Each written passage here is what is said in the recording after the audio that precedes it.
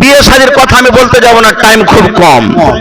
এবারে বিয়ে হয়ে যখন স্ত্রীটাকে বাড়ি আনলাম, বাড়িতে যেদিন আমাদের প্রথম বাসর ঘর, বিবির কাছে যখন আমরা যাব, একটা দোয়া পড়তে হবে। কি দোয়া? আল্লাহ রাসূল বলেছেন, যখন প্রথম তোমার বিবির কাছে তুমি যাবে, তোমার বিবি পালঙ্গে বসে আছে, খাটে বসে আছে, চৌকিতে বসে আছে, কপালের উপরে এই যে মাথার চুল রয়েছে, হে পুরুষ তুমি শোনো, দুটা তিনটা চারটা এই চুলগুলাকে তুমি ধরে নেবে, আর ধরে নেওয়ার পর এখানে একটা দোয়া পড়বে, আল্লাহুম্মা ইন্নী আসআলুকা খাইরাহা ওয়া খাইরা মা জাবালতা আলাইহি ওয়া আউযু বিকা মিন শাররিহা ওয়া শাররি মা জাবালতা আলাইহি। এই দোয়াটা পড়তে হবে। কয়টা লোক দোয়াটা জানি ভাই? দোয়াটা শেখারও চেষ্টা করি দেখো, কেমন করে দোয়াটা পড়বো জানি দেখো। তারপরে রাসূল বলেছেন, উম্মত এবারে যখন তোমার বিবির সাথে মিলামেশা করবে, শুধু প্রথম রাতে নয় রে, যতবার জীবনে তোমার বিবির সাথে তুমি মিলামেশা করবে রে উম্মত, যতবার তোমার বিবির কাছে তুমি যাবে, তোমাকে বিবির সাথে মিলন করার আগে একটা দোয়া পড়িতে হবে। এই দোয়াটা পড়িতে হবে, বিসমিল্লাহি আল্লাহুম্মা জান্নিবনা শাইতান ওয়া জান্নিবিশ শাইতানা মা রাযাকতানা। আচ্ছা বলেন তো, যখন আমরা বড় হলাম, আমাদের যখন বিয়ের বয়স হলো, বিয়ে করব, বিয়ের টাইমে আমরা কোন ধরনের মেয়ে ছেলে বাড়িতে নিয়ে আসি? এবং সাথে সাথে একটা প্রশ্ন আর করি আপনাদের এলাকাতে, যখন ছেলে মেয়েদের যখন বিবাহ শাদী হয়, ওই টাইমে শ্বশুরের বাড়ি থেকে, শ্বশুরের কাছ থেকে গাড়ি বা টাকা নেওয়া দেওয়া হয় ভাই? এগুলো জোরে বলেন হয়? একটু জোরে বলেন হয়? এখানে তো শরীয়তকে খাট্টা করে দিলাম, এখানে তো দিনটাকে আমরা মার্ডার করে দিলাম। নবীর হাদিস কি আছে? আল্লাহ রাসূল বলেছেন, তুনকাহুল মারআতু লিআরবাইন, হে আমার উম্মতেরা তোমরা শোনো রে, মানুষেরা বিয়ে করে সাধারণ চারটা জিনিস দেখে মানুষেরা, মানে আমরা যে বিয়ে শাদী করি, নিজে বিয়ে করে বেটার বিয়ে দে, নাতের বিয়ে দে, ভাতিজা ভাতিজের বিয়ে দে। নবী বলেছেন মানুষেরা চারখানা জিনিস দেখে, চারটা জিনিসের মধ্যে প্রথম মানুষেরা দেখে লিমালিহা, এই আমরা যাকে বিয়ে করব দেখো তার কাছে মাল আছে কিনা, তার বাবার কাছে মাল আছে কিনা, ওর বাবার জমি জায়গা আছে কিনা, ওর বাবার ভালো বাড়ি আছে কিনা, ওর বাবার কাছে টাকা আছে কিনা। প্রথমে আমরা মাল দেখি, বলেন দেখি না? দেখি না? জোরে বলেন দেখি কি দেখি না? মাল দেখি। কেন মাল দেখি? বড় বাড়ি আছে বে, বড় বাড়িতে যদি ঢুকবি তো বেশি বেশি করে মাল পাবি, এই কারণে আমরা মাল দেখি। দুই নম্বরে ওয়ালে হাসাবেহা, খানদান দেখি, বংশ দেখি। আবে গাঁ ঘরে একটা কুটুম গলা কর না, দরকার হইতে গেলে লাঠির দরকার হইতে গেলে 5 ঘন্টা লাঠি দাঁড়িয়ে যাবে নিয়ে, মায়েরা সাকিয়া লাল করে দুবার করে যে আগে আসবে। এই দেখেন আমরা খানদান দেখি। 3 নম্বরে নবী বলেছেন, বলে জামালে হা, বিয়ে করব সেই নারী, সেই মেয়েটা, সেই বেটি ছেলেটা সুন্দর হওয়া চাই। দেখি কি দেখি না? টাকাও নিব, গাড়িও নিব, বাড়িও নিব, আর লাখ মুখ চাপটা চেপটে নেব না, একবারে হিরোইনের মতন খুব সুন্দর নেব। আমরা সৌন্দর্য দেখি। তারপরে রাসূল বলেছেন 4 নম্বরে, বলে দিন হা, হে আমার উম্মত তোমরা দিনদারি দেখো, যে মেয়েটার মধ্যে দিনদারি আছে কিনা। তাহলে 1 নম্বর হলো মাল, 2 নম্বর দেখে আমরা বংশ, 3 নম্বর সৌন্দর্য, 4 নম্বর দেখে আমরা দিনদারি।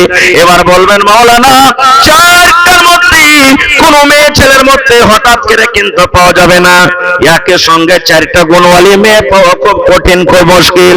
যদি মেয়েটা হয়তো গরিব আছে, মেয়েটা যদি দেখতে সুন্দর হয়, হয়তো তার কাছে মাল নাই, কিংবা দেখতে যদি সুন্দর না হয়, হয়তো পড়ালেখা জানে না, কোন একটা জিনিস কমে থাকবে, 4খান গুণ কিন্তু পাওয়া যাবে না। দয়ার নবী বলেছেন, উম্মত ফাজফার বিযাতিদ্দিন, দিনদারি মেয়ে ছেলেকে তুমি তার যে দাও, 4খানার মধ্যে যদি তার বাবার কাছে মাল না থাকে তো চলবে, বাবা যদি গরিব হয় তাও চলবে, মেয়েটার কাছে মাল না থাকে তো চলবে, 2 নম্বরে বংশ যদি বড় না থাকে তো চলবে, 3 নম্বরে যদি দেখতে দেখতে সৌন্দর্য না হয় তো চলবে রে, নাক মোটা আছে চলবে, চোখ বড় আছে চলবে, দেখতে কালো আছে চলবে, কিন্তু নবী বলেছেন উম্মত তার 4 নম্বর গুণ যেটা দিন দাঁড়িয়ে আছে রে, মেয়েটা কোরআন পড়তে জানে কি না, মেয়েটা নামাজ পড়ে কি পড়ে না, রোজার মাসে রোজা করে কি করে না, পর্দা সিলায় চলে কি জানে না, নবীর হাদিস জানে কি জানে না, কোরআনের মানা জানে কি জানে না, দ্বীনের প্রতি আমল করে কি করে না। 4 নম্বরে নবী বলেছেন যদি তার মধ্যে দিনদারি থাকে, ওই 4টার মধ্যে আগেকার 3টাকে বাদ দিয়ে দাও, 4 নম্বরে দিনদারি মেয়ে ছেলেকে তোমরা তারজিহ দাও। কিন্তু আমরা কাকে তারজিহ দিচ্ছি? পড়ালেখা হোক বা না হোক কে চলবে। আবে টাকা বেশি দিতে পারতে গেলে হলো, রোডের পাঞ্জরে, এই বারহেট রোডের পাঞ্জরে 2 কাঠা জমিন বিক্রি আছে, 10 লাখ টাকা লাগবে, 8 লাখ কোন রকম জোগাড় হয়ে গেছে, 2 লাখ টাকা কমে আছে, বেটার বিয়ে দিয়ে দেন, বহু যেমন তা হোক, 2 লাখ টাকা 3 লাখ টাকা চাহাবি, 1 লাখ টাকা বিয়েতে খরচ করবো, 2 লাখ টাকা বাঁচবে, জমিন খানটা কিনা হবে। এই তো আমাদের ব্যাপার।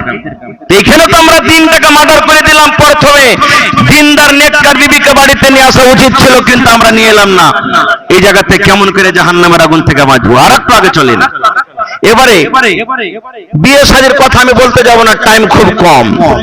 এবারে বিয়ে হয়ে যখন স্ত্রীটাকে বাড়ি আনলাম, বাড়িতে যেদিন আমাদের প্রথম বাসর ঘর, বিবির কাছে যখন আমরা যাব, একটা দোয়া পড়তে হবে।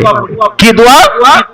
আল্লাহ রাসূল বলেছেন যখন প্রথম তোমার বিবির কাছে তুমি যাবে, তোমার বিবির পালঙ্গে বসে আছে, খাটে বসে আছে, চৌকিতে বসে আছে, কপালের উপরে এই যে মাথার চুল রয়েছে, হে পুরুষ তুমি শোনো, 2টা 3টা 4টা এই চুলগুলাকে তুমি ধরে নেবে, আর ধরে নেওয়ার পর এখানে একটা দোয়া পড়বে, আল্লাহুম্মা ইন্নী আসআলুকা খাইরাহা ওয়া খাইরা মা জাবালতা আলাইহি ওয়া আউযু বিকা মিন শাররিহা ওয়া শাররি মা জাবালতা আলাইহি। এই দোয়াটা পড়তে হবে। কয়টা লোক দোয়াটা জানি ভাই? দোয়াটা শেখারও চেষ্টা করি দেখো, কেমন করে দোয়াটা পড়বো জানি দেখো।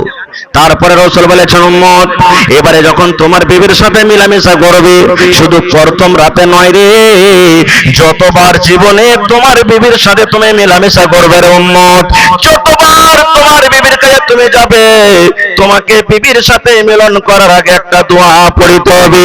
এই দোয়াটা পড়তে হবে, বিসমিল্লাহি আল্লাহুম্মা জান্নিবনা শাইতান ওয়া জান্নিবিশ শাইতানা মা রাযাকতানা। বিসমিল্লাহি আল্লাহুম্মা জান্নিবনা শাইতান ওয়া জান্নিবিশ শাইতানা মা রাযাকতানা। নবী বলেছেন যখন তোমার বিবির সাথে তুমি মিলন করবে, মিলন করার আগে আগে তোমাকে দোয়াটা পড়তে হবে। এবারে যত মজলিসে লোক বসে আছেন, এক এক করে যদি আমি জিজ্ঞাসা করি, হয়তো 50টা লোক বলতে পারবেন দোয়াটা, বাকি দোয়াটা পড়তে পারবেন না। হে মুসলমান, কার 40 বছর বিয়ে করা হয়ে গেল, কার 10 বছর বিয়ে করা হয়ে গেল, কে 5টা ছেলের বাবা হয়ে গেল, কে 10টা ছেলের বাবা হয়ে গেল, জীবনে একদিনও দোয়া পড়লেন না, বিনা দোয়াতে বিবির কাছে চলে গেলেন। এবার বলবেন মাওলানা জি আমি দোয়া পড়লাম না, দোয়া জানি না, দোয়া শিখলাম না, বিনা দোয়াতে আমি বিবির কাছে চলে গেলাম, তাইলে কি আমার গুনাহ হবে? জি, কতখানি আপনার ক্ষতি হতে পারে, আমার নয়।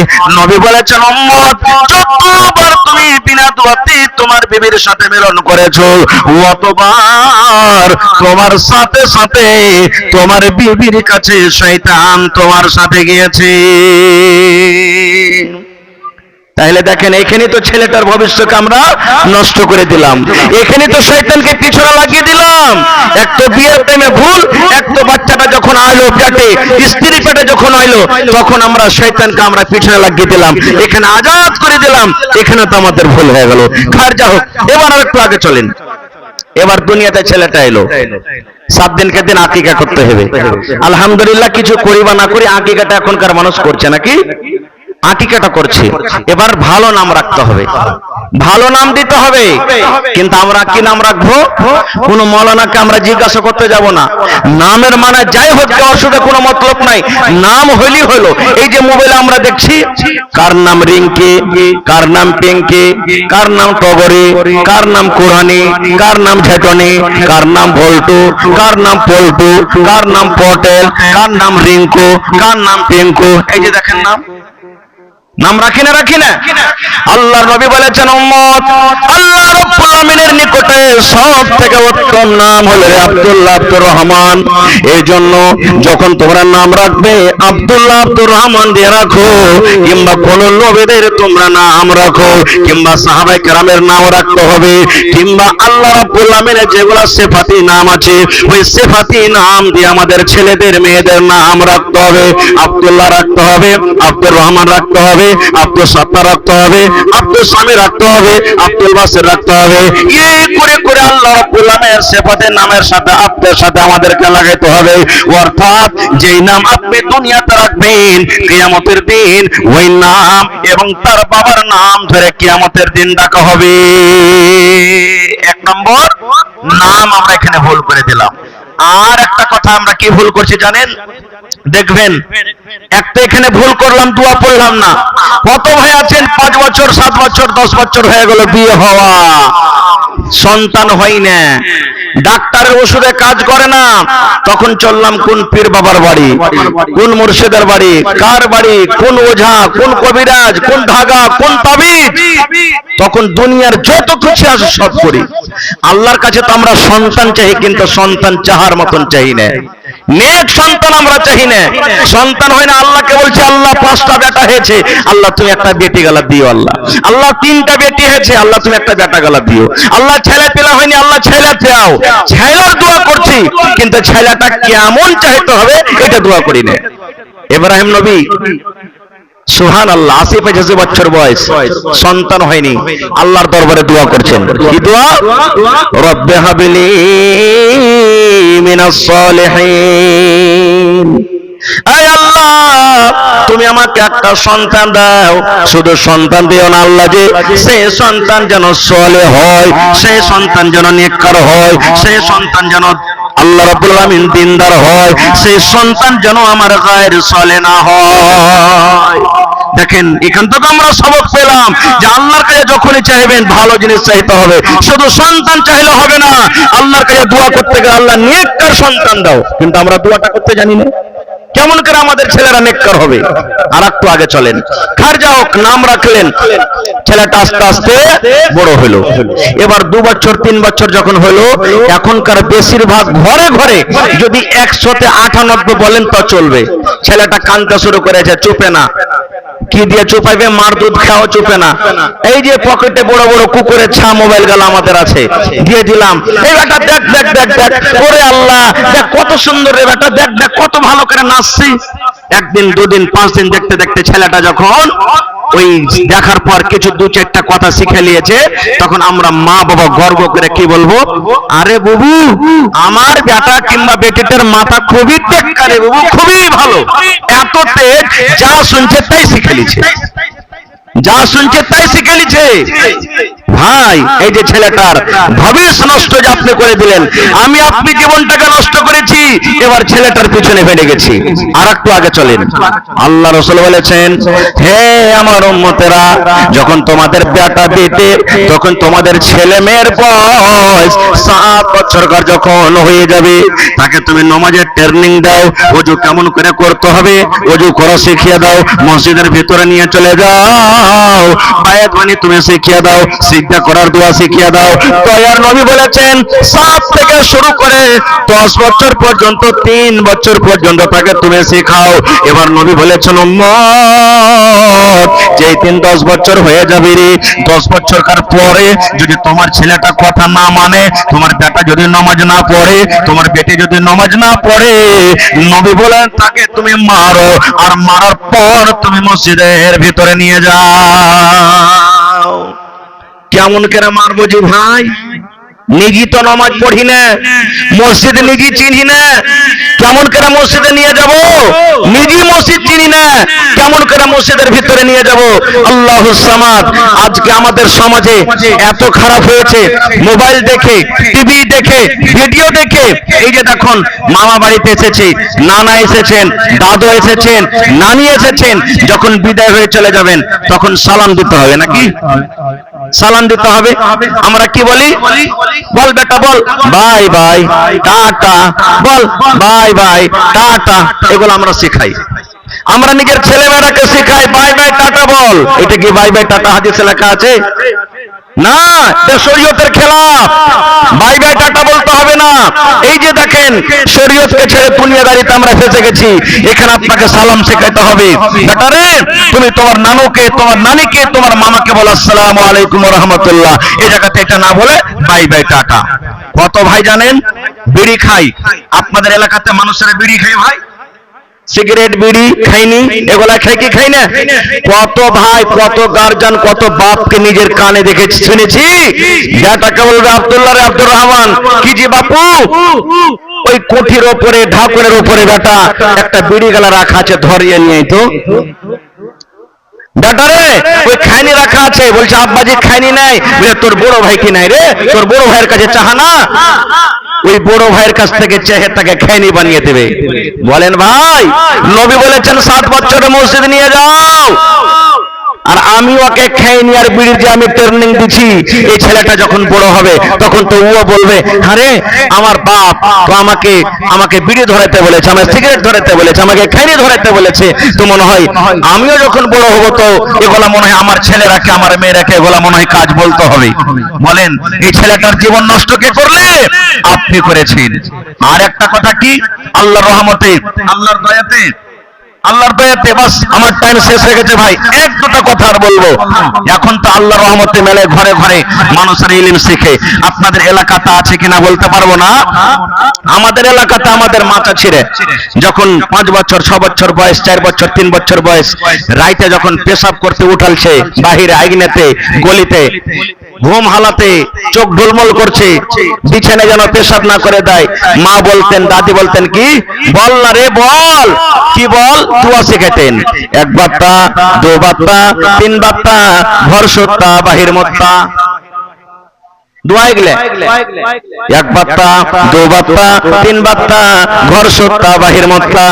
মায়েরা একটা দোয়া শেখাতেন। কেন শেখাতেন? এই দোয়াটা পড়তে গেলে বিছানায় পেশাব করবে না। আচ্ছা বলেন তো, এটা কি পেশাব পায়খানা করার দোয়া? ওই যদি মা পড়ালেখা হতো তাহলে এই দোয়াটা শেখাতেন। নবী বলেছেন, উম্মত যখন তুমি পেশাব পায়খানা করতে যাবে তখন এই দোয়াটা পড়বে, বিসমিল্লাহি আল্লাহুম্মা ইন্নী আউযু বিকা মিনাল খুবুসি ওয়াল খাবাইস। এই দোয়া শেখাতেন। 1 বাত্তা 2 বাত্তা শেখাতক না ভাই।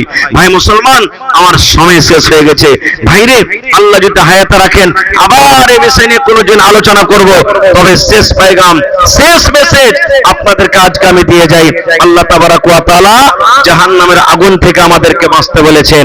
শুধু আমাদেরকে বলেননি, আমাদের ছেলে মেয়ে, মা বাপ, বিবি বাচ্চা, সমস্ত আত্মীয় স্বজনকে বাঁচতে বলেছেন। ভাই, জাহান্নাম থেকে বাঁচবো কি করে? তাহলে আমরা জাহান্নাম থেকে বাঁচবো কি করে? জাহান্নাম থেকে কিভাবে বাঁচতে হবে? জাহান্নাম থেকে বাঁচার রাস্তা কি? এই যে আমাদেরকে মাদ্রাসাতে পড়ালেখা করতে হবে, প্রথমে শরীয়ত জানতে হবে, দ্বীন জানতে হবে।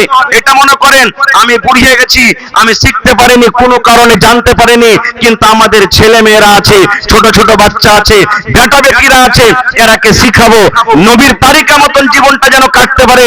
এতটুকু আমরা শিখাবো, দ্বীন শিখাবো, শরীয়ত শিখাবো, কোরআন শিখাবো, যেন তারা ভালো আমল, নেক আমল করে আল্লাহ তাবারাক ওয়া তাআলা জাহান্নাম থেকে বাঁচতে পারে।